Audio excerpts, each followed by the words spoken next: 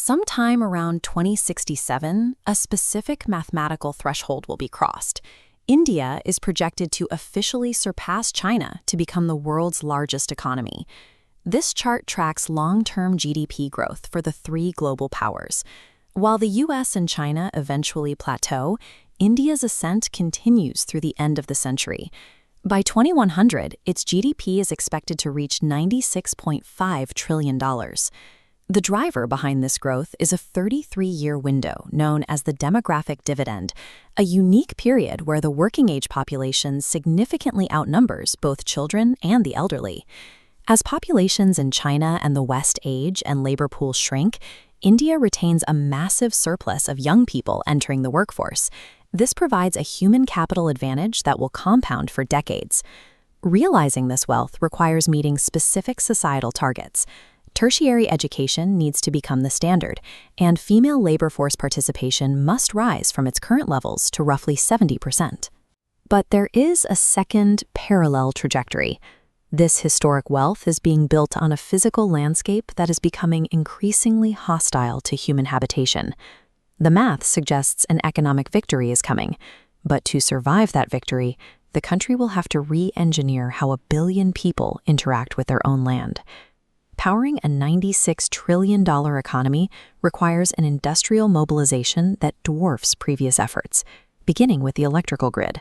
The 2047 mandate calls for the national energy grid to quadruple to 2,100 gigawatts, with an aggressive focus on renewable, non-fossil capacity. That pivot to renewables is a matter of survival. On a high emissions pathway, the duration of heat waves in the region is projected to increase by over 2,500%. Without immediate mitigation, the damage to crops and infrastructure would strip the country of nearly 10% of its total GDP by 2100. The most direct threat is on the coast, where over 36 million citizens live in the path of rising sea levels. This NASA projection tool tracks the encroaching water. In Mumbai, intermediate projections show the sea rising 0.12 meters by 2040 and reaching 0.21 meters by 2060. That rise places thousands of buildings and historic properties, like the Haji Ali Dargah, at risk of regular flash flooding and eventual submergence. The wealth generated by the new energy grid will be immediately utilized to manage coastal retreat, relocate climate refugees, and fund constant disaster recovery. Inland, the crisis is a disappearing resource. This graph tracks the excess water ratio. At current rates, domestic reserves reach zero by 2083.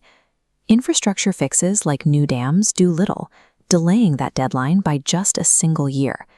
The primary drain isn't urban use. Agriculture accounts for 92% of water consumption, largely driven by the production of rice and wheat. Surviving the shortage requires moving the entire agricultural base toward drought-resistant crops like millet. Shifting the crops changes the trajectory. This single adjustment pushes the severe water scarcity deadline back to 2097. This resource chokehold depends less on engineering and more on whether 1 billion people change what they eat and how they farm. By the century's end, the demographic surge will have finished.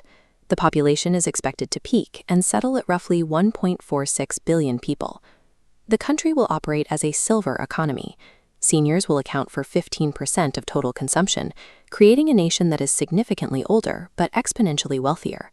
The physical landscape of this superpower will be defined by its defenses: heavily fortified coastlines, imposing seawalls, climate-resistant agriculture, and ultra-efficient cooling infrastructure.